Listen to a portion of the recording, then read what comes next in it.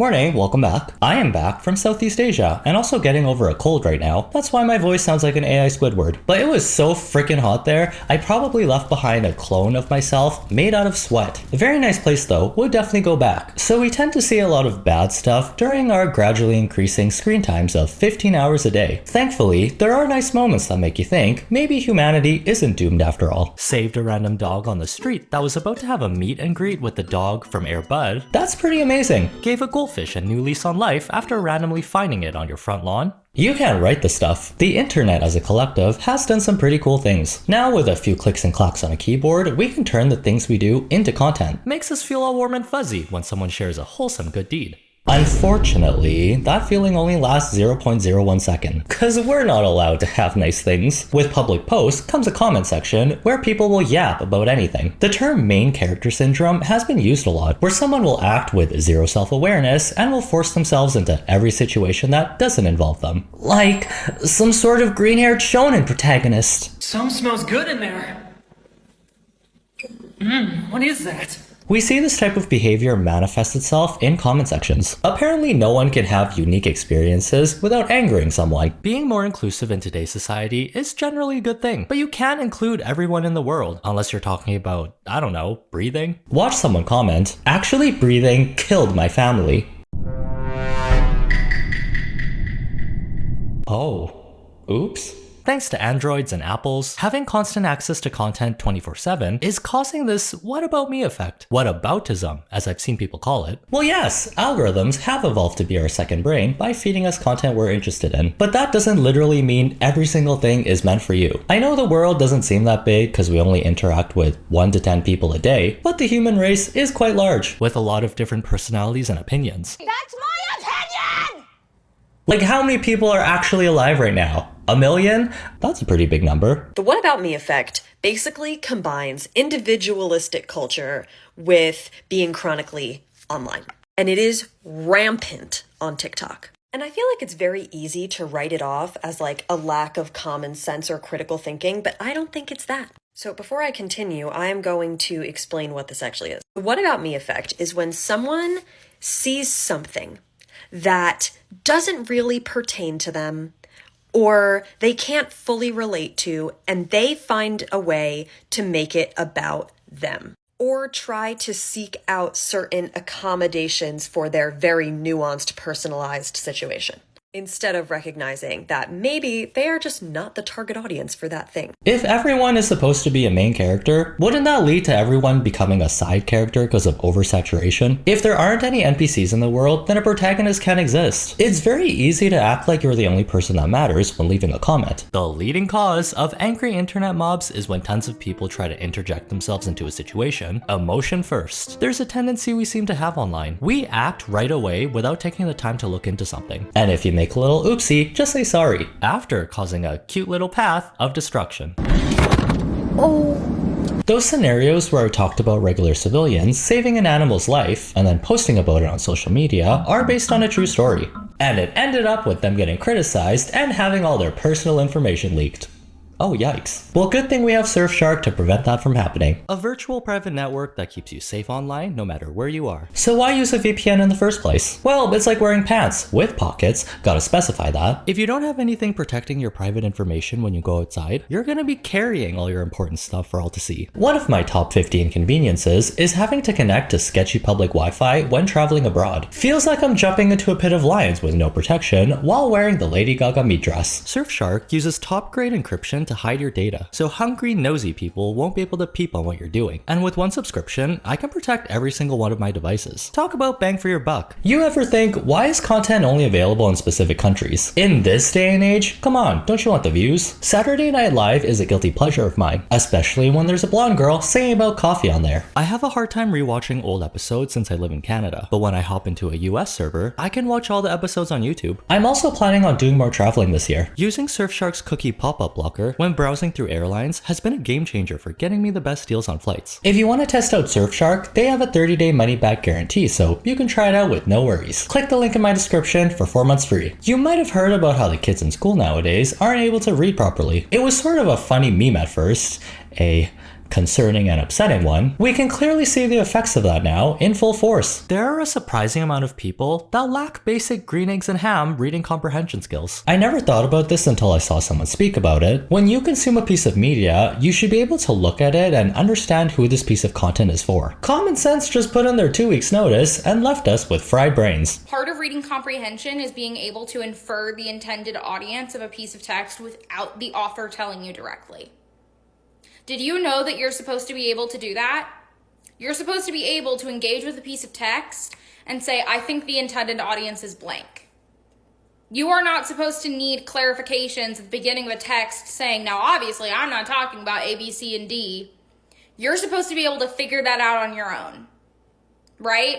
And so when you request those clarifications of saying, now make sure you say you're not talking about X, Y, and Z group, you lack reading comprehension skills. A restaurant called Only Milkshakes and Dairy is not a safe space for lactose intolerant people. They shouldn't walk past it or even think about it, but there's always a chance someone will come in and ask, do you have dairy-free options? There have been far too many times when I've seen someone comment, they have a shellfish allergy on a recipe for seafood boil. Take this bean soup TikTok for example. That has basically turned into a research topic for psychology majors. Let's do a test. Who do you think this piece of content was created for? This is the recipe for the high iron soup you need to eat on your period. So basically I just soaked these beans overnight, drained them and rinsed them. Okay class, she clearly states this is a recipe for bean soup that is good for women during that time of the month. The iron in the soup is a representation of her rage against human evolution. But that's up for interpretation. Any questions? Yeah, I don't like beans. What can I use for a substitute? What if I don't want to eat this? What if I'm allergic to beans? How about a squirt from a water bottle and a stern no? Stop that. As someone that starts gagging at the sight of lentils because of childhood trauma, I will never be making this or thinking about it ever.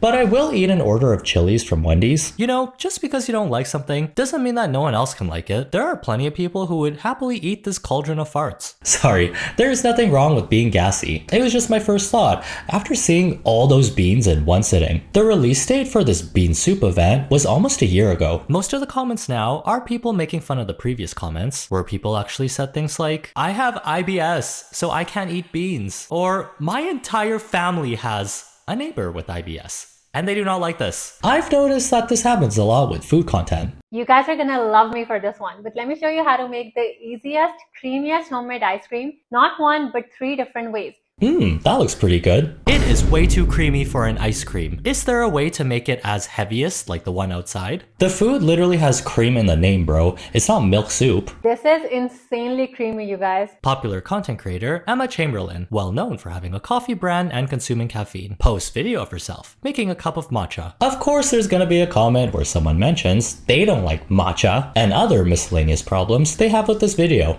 Actually, the idea behind metallic straws is to reduce waste, not have 15. Did you personally see her throw away these straws after every use? I don't think so. Can we enjoy life by sharing things that make us happy? Like someone showing their tiny bathroom and how they make the best use of the space. Tiny? I love this, but what are you fitting in that tiny little trash can? This is tiny? I exit my shower into the hallway. Okay, it's not the smallest bathroom I've seen, but were they expecting her to have a bathroom for Polly Pockets? What are we supposed to do with this information? In this economy, no one has the time to think of a personalized insult against you and make a video about it. There are too many Kaiju number 8s to watch and Hades 2 to play. This applies to like 99.9% of the population, me included. You're probably not that important, and that's okay. Now let's bring up a classic piece of literature from the 21st century, where someone made a post on Twitter about how they enjoy spending time with their husband. My husband and I wake up every morning and bring our coffee out to our garden and sit and talk for hours every morning. Not sure why she talks like a Family Guy character. It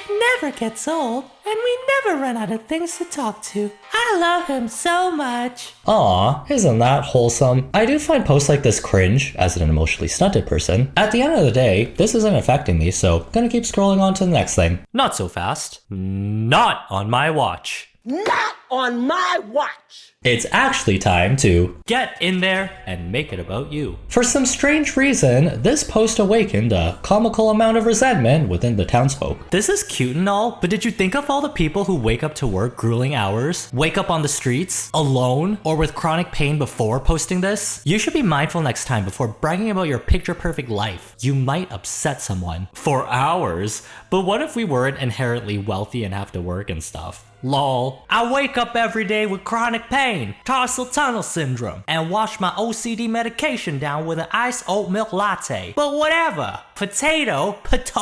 Am I right? Kim Kardashian. You know that SpongeBob episode where that guy is in constant agony because he breaks his arms and his legs every day? This has turned into a My Life is Worse Than Yours contest. I do acknowledge the fact that having a chronic illness sucks and no one deserves to go through something like this. But what is commenting this on someone's post gonna do for you? Wouldn't this cause you more distress when you wake up angry and type this out? It's gonna be impossible to get anything done if we constantly have to go down a checklist of all the different ways our actions could not be relatable for someone. When I used to work at a bank, something like this happened. My coworkers told their customer to have a great day after she finished her transaction, and my customer turned to the manager and said, "Do you tell your employees to wish people to have a great day?" To which my manager replied, "No, they do that out of politeness." The lady then said, "Well, I think they shouldn't be wishing people a great day because not everyone might be having a great day and it can rub people the wrong way and be offensive." When I finished her transaction, I was about to say it when I stopped myself and just said, "Here is your receipt." Then she was like, "Thank you for not telling me to have a great day," and walked away. You can be the main character in your own life where you do things for yourself, but you can't be the main character in everyone else's life where you expect people to drop everything to appease you. Take for instance the actions of an innocent doctor. So today I found a goldfish just on the grass in my back garden and have absolutely no idea where it came from. There's no ponds anywhere near, so I took it inside.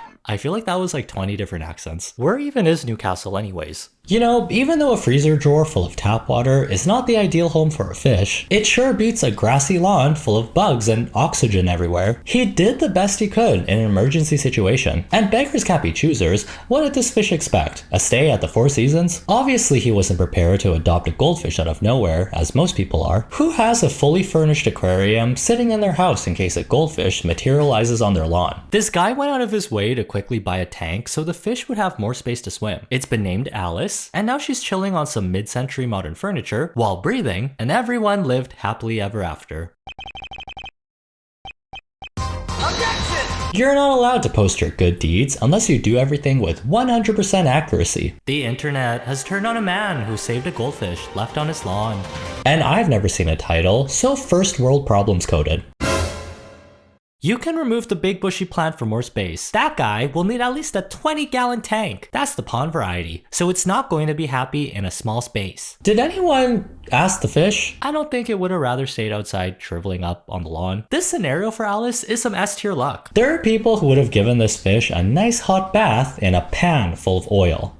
Okay, probably not, but you never know. Unless you know this guy personally and everything he's thinking, you don't know what he's thinking or doing behind the scenes other than what he showed online. No need to quickly judge and assume that he's an evil person trying to make this fish suffer for fun. There is another situation involving a lost animal that appeared out of nowhere. This lady found a stray dog in the forest and noticed that it's been shot. After picking it up, taking it to the vet and making sure it was okay, she posted the dog on social media asking, "Hey, is this anyone's dog?" Someone sees this post and thinks, "Oh, this might be my dog that ran away a while ago. Let me get in contact with her." It was also hard to verify things because the dog wasn't microchipped and had no way to identify where it came from. The people who thought this was their dog decided to book a DNA test to check without really telling the lady that found this dog. They expected this lady to drop everything, drive 2 hours to another city, and meet all of their demands. Like people don't have jobs and things to do. So because she couldn't do the DNA test right away, they doxed her and got a bunch of people from their city to harass her over some miscommunication. If you found a stray dog and gave it to the first person that claimed it was theirs without any proof, that would be kind of irresponsible. I mean, isn't the most important thing the dog's health? On account of it getting shot. Even if you think that dog is yours, the lady who found it is taking really great care of it, and it didn't seem like she had any bad intentions when communicating. Oh, and the plot twist is that it wasn't even their dog.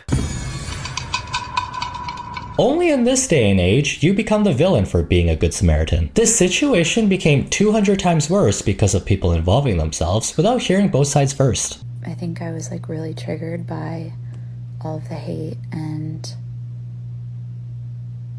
the harassment from the start. Like someone reached out to my mom within like hours of them thinking this was their dog. I watched a documentary on how our phones are literally deep frying and shrinking our brains. No wonder my head's been feeling kind of skinny lately, but that's out now. Fat frontal lobes are in. Let's put down our phones, go outside, and take a walk. There might be a random goldfish chilling on the lawn you can save before a bird makes into a snack. Which reminds me, give the YouTube algorithm a little treat by giving this video a like. That lets me know you enjoyed the content, and I'll get to see you on your recommended the next time I post. Have a good day, try not to be dumb, and see you in the next one.